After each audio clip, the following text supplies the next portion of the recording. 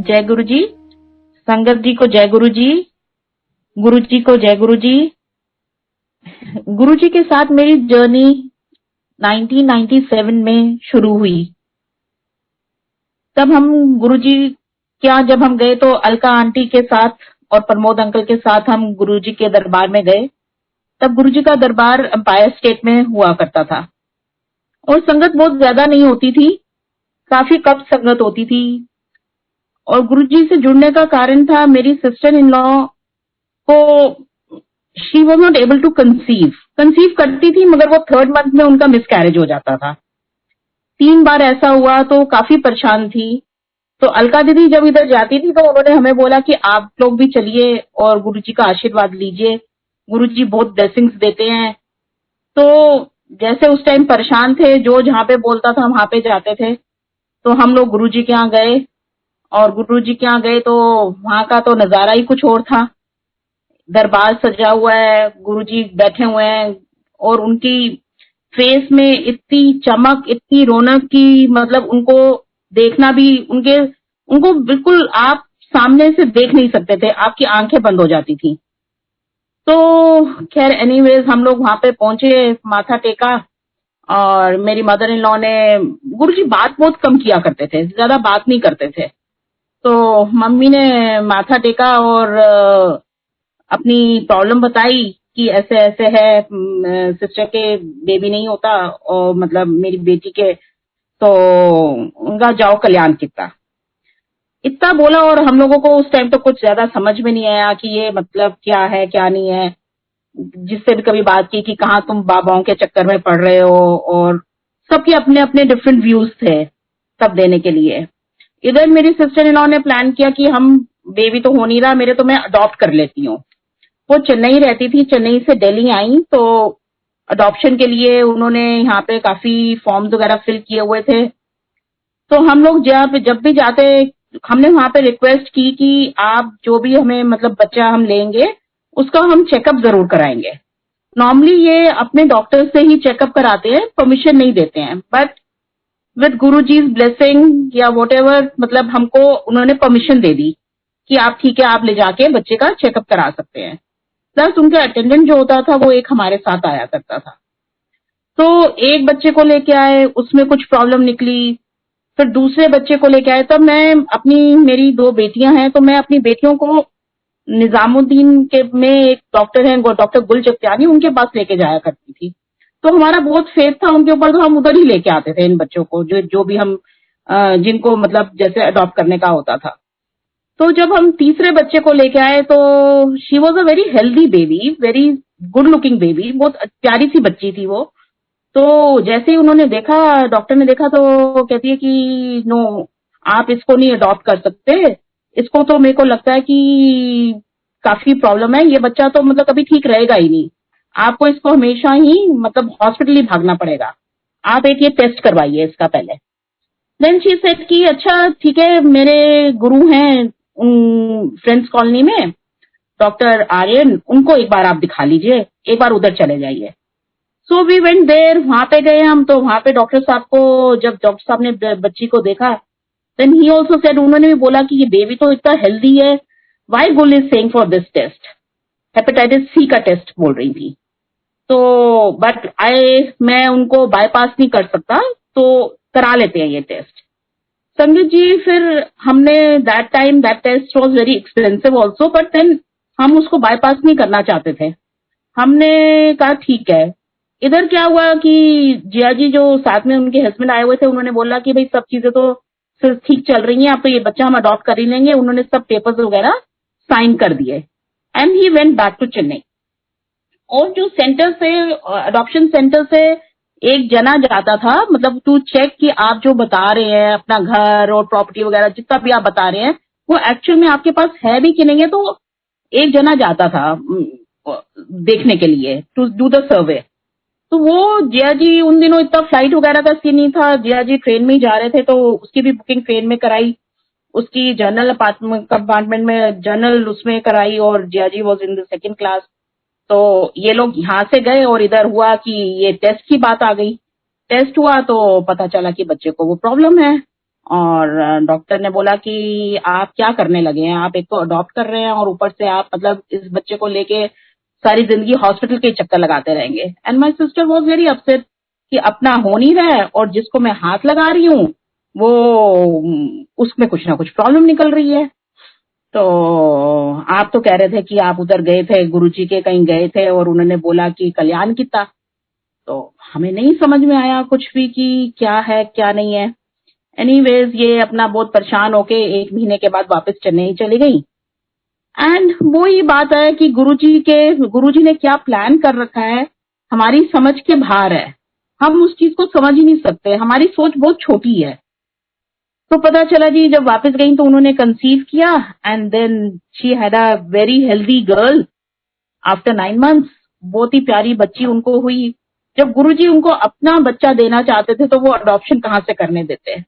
आज वो बच्ची इंजीनियरिंग कर चुकी है और जॉब लग गई है उसकी गुरुजी की ब्लेसिंग्स के साथ।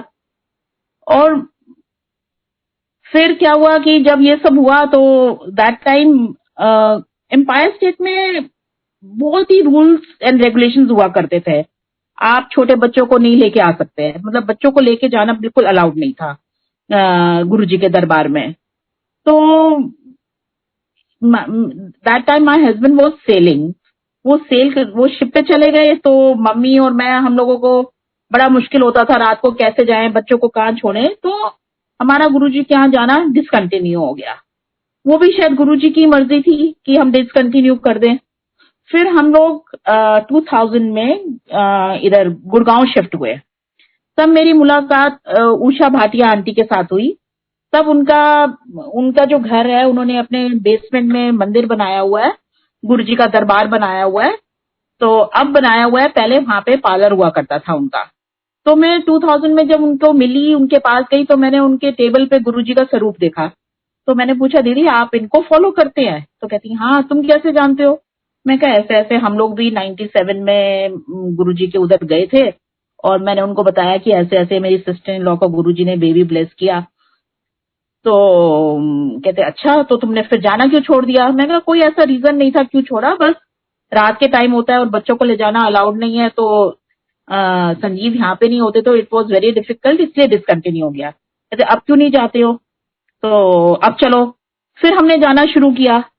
फिर I don't know why again उसके बाद फिर से हमारा जाना डिसकंटिन्यू हो गया। 1-2 बार गए होंगे हम 2001 2002 में, फिर डिसकंटिन्यू हो गया। और इधर अलका दीदी का भी ट्रांसफर कोचीन हो गया था, वो भी चली गई, वो भी यहाँ पे नहीं थी। तो I don't know why the जाना डिसकंटिन्यू हुआ। फिर 2009 2010 में आई थिंक अलका दीदी वापस आई। पहले नोएडा होती थी, फिर गुड़गांव जब शिफ्ट हुई तो उन्होंने फिर हमको बोला कि गुरुजी के चलना है।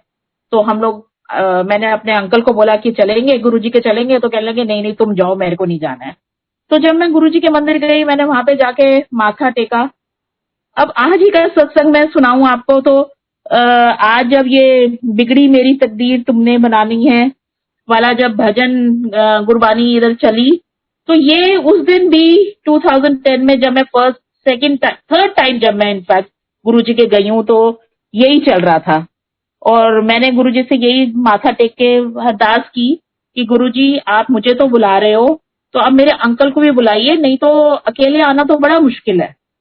एंड घर आके मैंने अपने हस्बैंड को बोला कि आप भी चलो, बहुत अच्छा लगेगा आपको, जैसे एम्पायर स्टेट में था वैसे ही है, बहुत अच्छा लगेगा। देन ही सेड कि ओके। तो हम लोग गए, वो भी मेरे साथ गए। और देन उसके बाद तो बस पीछे मुड़ना नहीं था। मैंने गुरुजी को बोला गुरुजी पता नहीं आप ये अब तीसरी बार बुला रहे हो, क्यों डिसकंटिन्यू करते हो, मेरे को नहीं पता, मगर अब बुलाया तो अब प्लीज हाथ मत छोड़ना। एंड देन अब उसके बाद तो मतलब बिल्कुल हमारा पीछे देखने का कोई मतलब ही नहीं था मेरे ख्याल से। गुरुजी ने अब उसका क्या रीजन था, क्यों डिसकंटिन्यू हुआ, क्यों कंटिन्यू हुआ, I have no answer for that. But मेरे अंकल उल्टा ज्यादा वो हो गए कि कहीं बाहर से भी आ रहे हैं तो एयरपोर्ट से ही बोल देना कि तैयार हो जाओ। हमने मतलब हर वीकेंड तो जाना ही जाना होता था गुरुजी के यहाँ बड़े मंदिर। तब संगत भी बहुत कम हुआ करती थी, खाली बड़ा जो हॉल है वो ही भरा करता था मैक्सिमम, ज्यादा उससे ज्यादा संगत नहीं होती थी। फिर धीरे धीरे संगत भी बढ़ने लग गई।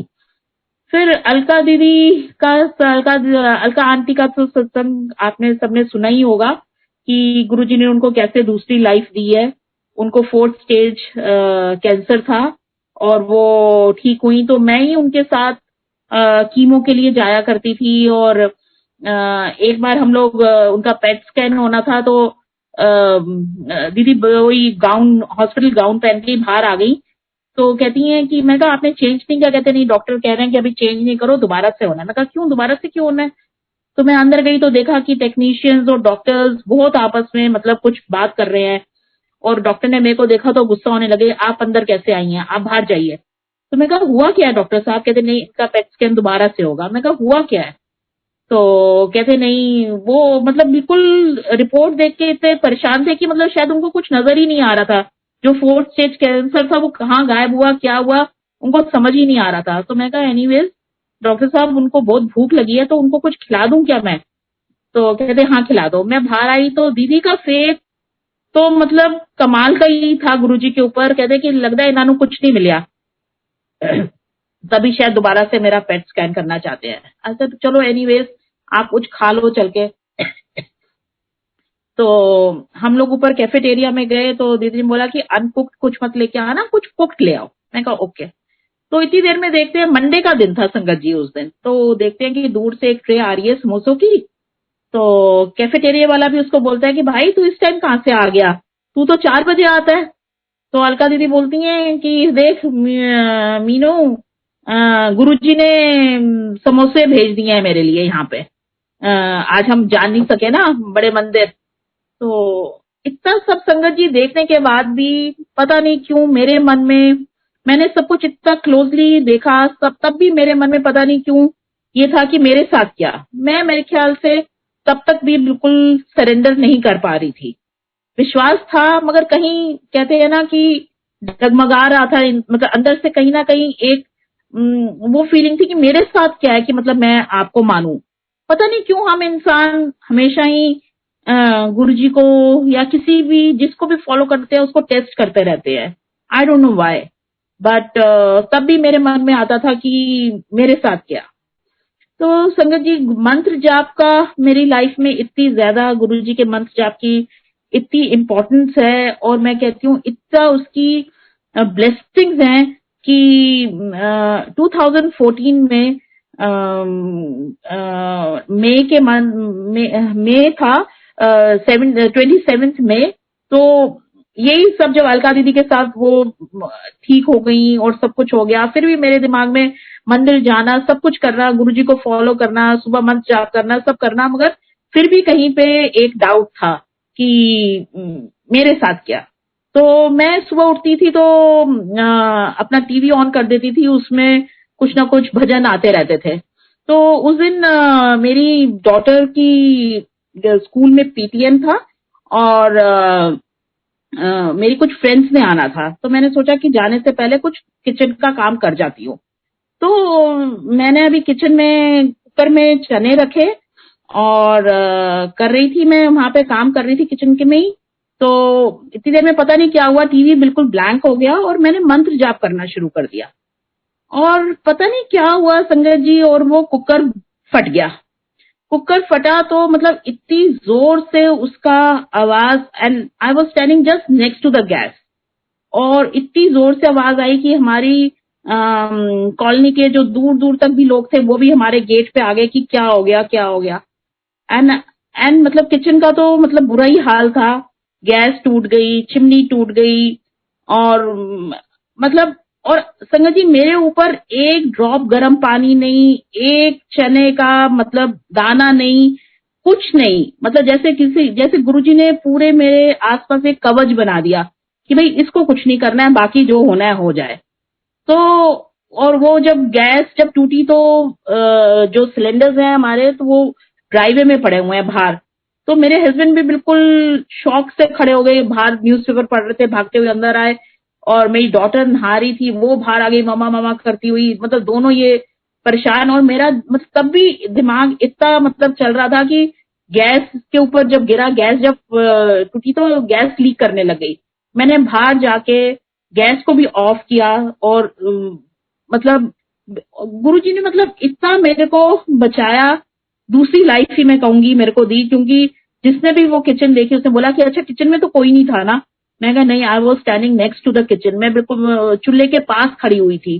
तो कहते कि आप चूल्हे के, मतलब किसी को विश्वास ही नहीं हुआ कि वहां पे होने के बाद इनको मतलब ये कैसे मतलब बची हैं, और बिल्कुल जैसे कवच सा बन जाता है ऐसे हो गया। तो मेरी छोटी संगत जी मतलब गुरुजी की बहुत ब्लेसिंग थी, जो मैं आज सत्संग कर रही हूँ, या मेरे को गुरुजी ने दूसरी लाइफ दी। और मेरी छोटी बेटी जो है वो भी गुरुजी को बहुत फॉलो करती है, बहुत मानती है। और उस बच्ची के ऊपर भी गुरुजी की इतनी ब्लेसिंग्स हैं, इतनी ब्लेसिंग्स हैं कि मतलब मैं क्या बताऊं। वो होटल मैनेजमेंट करना चाहती थी, तो ओब्रॉय ग्रुप में सारे हमने फॉर्म्स भरे, उसके सब कुछ किया, सब जगह उसने एग्जाम्स दिए, बहुत अच्छे उसके नंबर आए। वो ओब्रॉय ग्रुप के साथ करना चाहती थी स्टेप प्रोग्राम उनका। और उस टाइम जब उसने एग्जाम दिया तो 4000 किड्स ने फॉर्म भरे और खाली 20 सीट थी संगत जी। तो समझ में नहीं आया कि ये होगा कैसे। तो बस उसका एक ही आंसर होता था, जय गुरु जी। उससे जब भी कुछ बात करो वो जय गुरु जी। तो मैं कहा अच्छी बात है भाई, ठीक है। तो गुरुजी ने उसका एडमिशन करा दिया ओबरॉय में। हम उसको जयपुर छोड़ने गए राजविलास। तो जब वहां का हमने प्रॉपर्टी का टूर हमको लगवा रहे थे, तो वहां पे एक शिव मंदिर है जो संगत जी 280 साल पुराना है।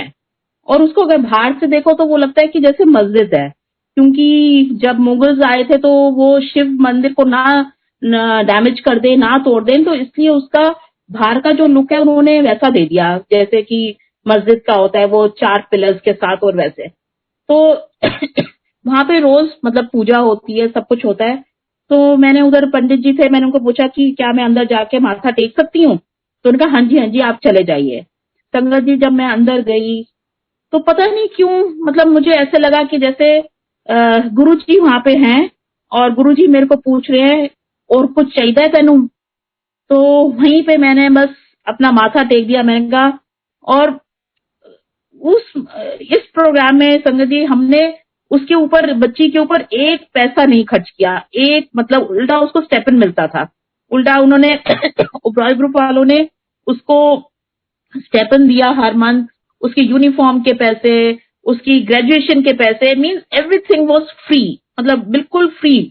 मतलब गुरुजी ही मतलब कैसे सब चीजें संभाल लेते हैं, कैसे कर लेते हैं, इट्स अ ब्लेसिंग। तो कोशकी, मेरी बेटी का नाम कोशकी है, उसने वहां पे गुरुजी का ग्रुप ज्वाइन कर लिया जयपुर में। तो उसका फोन आया कि मम्मा मैंने यहाँ पे गुरुजी का ग्रुप ज्वाइन कर लिया है। तो उसको जब भी टाइम मिलता था, जब भी जा सकती थी, जब उसका शिफ्ट नहीं होती थी या उसकी क्लास नहीं होती थी, तो वो सत्संग पे चली जाती थी। तो एक दिन उसका अराउंड 7 बजे के करीब फोन आया कि मम्मा मैं ना सत्संग के लिए जा रही हूँ। तो इनका जो रेजिडेंस है वो थोड़ा आउटर स्कर्ट्स में है जयपुर के। तो मैं कहा कि बेटा जा तो रही है ठीक है, मगर तू ना थोड़ा बस चाय प्रसाद लेके वापस आ जाना। तो कहती है ओके मम्मा। तो अराउंड 8:15 के करीब इसका फोन आया। मैं कहा आ गई वापस तू चाय प्रसाद? कहती नहीं मम्मा, मैं तो पूरा लंगर करके आई हूँ और सब कुछ करके आई हूँ। मेरे को जहाँ पे मैं बैठी थी सबसे पहले वो अंकल ने बोला पहले इस बच्ची को दे दो। और आप मतलब और मजेदार बात बताऊं आपको। मैं कहा क्या हुआ? कहती बाहर निकली तो एक ऑटो वाले अंकल खड़े थे। उन्होंने बोला कि बेटा तुमने जाना है? तो नहीं तो नॉर्मली वहां पे पूछते हैं भाई कितना पैसे दोगे, कुछ नहीं पूछा, तुम बैठो मैं तुमको छोड़ दूंगा। तो कहती मम्मा उनको कैसे पता चला कि मेरे को कहाँ जाना है? मैं कहा कहती मम्मा जय गुरु जी। मैं कहा जय गुरु जी बेटा। तो संगत जी ये विश्वास और ये सरेंडर और ये पहले सब चीजें मेरे को नहीं समझ में आती थी। बहुत समय लग गया मेरे को गुरुजी के साथ जुड़ने में। अब लगता है कि हम मूर्ख थे जो हम गुरुजी को पहचान ही नहीं सके, और कैसे ये सब हो गया। फिर भी इंसान है हम, कभी ना कभी कुछ ना कुछ डाउट, कुछ ना कुछ चीजें दिमाग में आ ही जाती हैं। जैसे मैंने आपको बताया कि हम लोग हर वीक जाते थे गुरुजी के मंदिर, कभी सैटरडे कभी संडे। तो एक बार हम लोग जब गए तो बड़े मंदिर में हॉल में मैं एक जगह बैठना चाहती थी। तो मेरे को एक अंकल, सेवादार अंकल ने बोला नहीं नहीं आंटी आपने यहाँ पे नहीं बैठना, उधर दूसरी जगह बैठिए। उन्होंने किसी और को इशारा करके वहां पे बिठाया। तो पता नहीं क्यों दिमाग में आया कि ये सेवादार ना बहुत पार्शियलिटी करने लगे हैं, अपने जान पहचान के लोगों को ऐसे बिठाते हैं। मैंने किसी से शेयर नहीं की ये बात, मगर मेरे दिमाग में ये बात आई। और गुरुजी कैसे किसी का दिमाग पढ़ लेते हैं, उनको कैसे पता चल जाता है, मतलब बिल्कुल मेरे को विश्वास नहीं हुआ। 3-4 दिन के बाद ही गुरु पूर्णिमा थी, तो गुरु पूर्णिमा में हमेशा बड़ा सत्संग होता है, बड़ा फेस्टिवल होता है, तो वहां पे जाने की बात हुई। तो जो जो मेरे साथ मेरी कार में जाते थे, बाय चांस उस दिन उन्होंने सब ने मना कर दिया।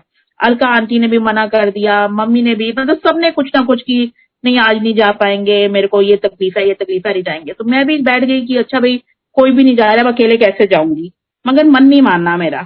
तो मैंने अंकल को अपने फोन करके बोला कि नहीं, मैं कोई नहीं जा रहा है, मगर मैं जा रही हूँ। तो गुड़गांव की संगत मोस्टली यहाँ फरीदाबाद रोड से हम लोग जाते हैं गुरुजी के मंदिर। तो मेरे अंकल ने बोला कि ठीक है तुम जा रहे हो तो अच्छी बात है, मगर तुम ना वापसी पे तुमको लेट हो जाएगा, तो तुम मेहरोली रोड से ही आना, इधर अंदर वाले रास्ते से मत आना। मैं कहा हाँ ठीक है। तो मैं गई हूँ संगत जी, तो मैंने वहां पे कार पार्क की, तो वहां पे एक कार खड़ी हुई थी, कार पार्क की, तो कार वो अंकल ने बोला आंटी बैठिए बैठिए जल्दी बैठिए इसमें। तो उसमें मैं बैठी। वहां से आगे जूता स्टैंड थोड़ा बाहर की टाइप जगह होता है, वहां पे जूते उतारे, जूते उतार के मैं बिल्कुल काफी रश था, काफी रश था, तो मैं बहुत पीछे खड़ी हुई थी। तो आगे अंकल एक खड़े थे, सेवादार अंकल खड़े थे, उन्होंने इशारा करके मेरे को बोला आगे आ जाइए, मतलब ऐसे इशारा किया उन्होंने दूर से। तो मेरे को समझ में नहीं आया, मैं इधर उधर देख रही हूँ कि किसी और को बुला रहे हैं शायद। तो उन्होंने बोला कि नहीं, मतलब आप बाकी संगत जा सके नहीं, आपको बुला रहे हैं। मैं कहा मेरे को, मैं तो इनको जानती नहीं हूँ, मगर क्यों बुला रहे हैं मेरे को। और मैं कहते हाँ आपको। तो मैं आगे आ गई, आगे आ गई, और फिर हम लोग लाइन चलनी शुरू हुई। तो अंदर मंदिर में जब घुसे, तो अंदर मंदिर में जब मेन हॉल में बड़े उसमें बीच में थोड़ी जगह खाली होती है और दोनों तरफ से रास्ता बन जाता है। तो वहां से रास्ता बनना हुआ था, लोग जा रहे थे। तो वहां पे जो गुरुजी की बिल्कुल गद्दी के सामने एक सेवादार अंकल खड़े थे, उन्होंने बोला कि आप इधर बैठ जाइए। तो मेरे को थोड़ा सा ताज्जुब हुआ कि ये क्यों बोल रहे हैं ऐसा, यहाँ पे बैठ जाइए। तो मैं वहां पे बैठ गई, और मेरे को एकदम से वो दिन याद आया जब मैंने बोला था कि सेवादार पार्शियलिटी करते हैं। तो मतलब गुरुजी ने मेरे को मतलब झट से उस चीज का आंसर उस दिन दे दिया कि ऐसा कुछ नहीं होता, यहाँ पे कोई पार्शियलिटी नहीं होती, कुछ नहीं होता। और उन्होंने मेरे को वहां पे बैठने के लिए कहा, मैं बैठ गई वहां पे, कुछ नहीं बोला उन्होंने। बाकी सब संगत को उठा रहे थे, कुछ कर रहे थे, मेरे को एक बार नहीं उन्होंने उठने के लिए बोला। मैं अपने आप ही उठ के बाहर गई और लंगर प्रसाद लिया और घर वापस आई। घर वापस जब आई तो मैं 6 पौने 6 के करीब, 6 बजे घर भी पहुंच गई। तो घर में सब बोले कि तुम क्या बीच से ही वापस आ गई हो। मैं कहा ऐसे खुले दर्शन दिए आज गुरुजी ने कि मतलब जो सब लोग जाते तब भी नहीं होते। तो गुरुजी की ब्लेसिंग्स हम कहाँ कहाँ काउंट करें, कैसे कैसे काउंट करें, मतलब इट्स वेरी डिफिकल्ट टू से। तो मेरे, और जैसे जो नए लोग जुड़ रहे हैं, मेरे को लगता है at times I feel that कि दे आर मोर ब्लेस्ड, क्योंकि जब गुरुजी ह्यूमन फॉर्म में थे, उनको शायद हम बेवकूफ थे, हम उनको नहीं पहचान पाए। मगर शायद ह्यूमन फॉर्म में किसी को अपनाना, किसी के आगे सरेंडर करना शायद बहुत मुश्किल होता है, क्योंकि आजकल इतनी जगह मतलब क्या क्या सुनने को मिल रहा है। तो वही थॉट्स आती हैं कि मतलब ये बाबे बाबों के चक्कर में क्या पढ़ना और कैसे होना। तो आज की अभी नई संगत जुड़ रही है, वो एकदम से आई थिंक उनको वो प्रॉब्लम नहीं होती, मेरे को ऐसा लगता है। Maybe I am wrong. और संगत जी मेरे को लगता है कि एक बार एक कदम बढ़ा के तो देखिए गुरु जी के आगे, एक बार झुक के तो देखिए, और एक बार उनको शुक्राना करके तो देखिए।